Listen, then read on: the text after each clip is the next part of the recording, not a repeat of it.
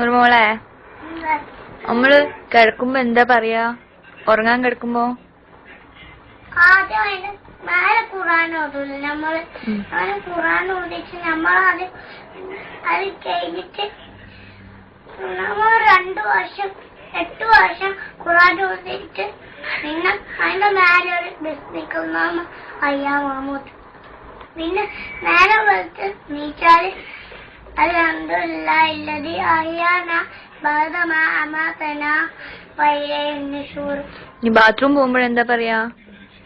അല്ലാഹുമ്മ ഇന്നി അഊദു ബിക മിനൽ ഖുബ്സി വൽ ഖബായിസ്. ബാത്റൂമിൽ ഇറങ്ങുമ്പോഴോ? അഫ്വാനക്കല്ലാഹ്.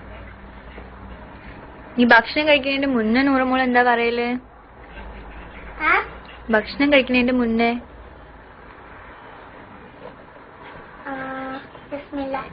ബിസ്മില്ല മാത്രം പറയുള്ളൂ? ബിസ്മില്ലാഹിർ റഹ്മാനിർ റഹീം എന്ന് പറയില്ലേ? ഓക്കെ, ബിസ്മില്ല മതി.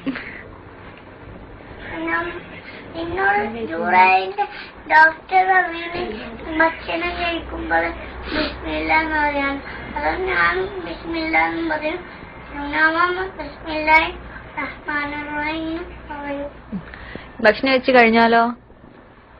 അൽഹംദുലില്ലാഹ്. ഇനി തുമ്മിയാല് നൂറുമോൾ എന്താ പറയാ?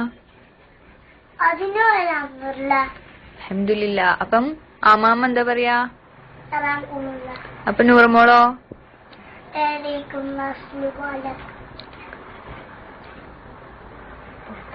നീ വീട്ടിൽ നിന്ന് പുറത്തിറങ്ങുമ്പോ എന്താ നൂറുമോൾ പറയല്?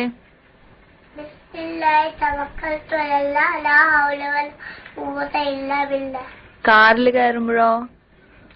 സുബ്ഹാനല്ലദി സഖറ ലനാ ഹാദാ വമാ കുന്നാ ലഹു മുഖ്രിനീൻ വഇന്നാ ഇലാ റബ്ബിനാ ലമുൻഖലിബൂൻ.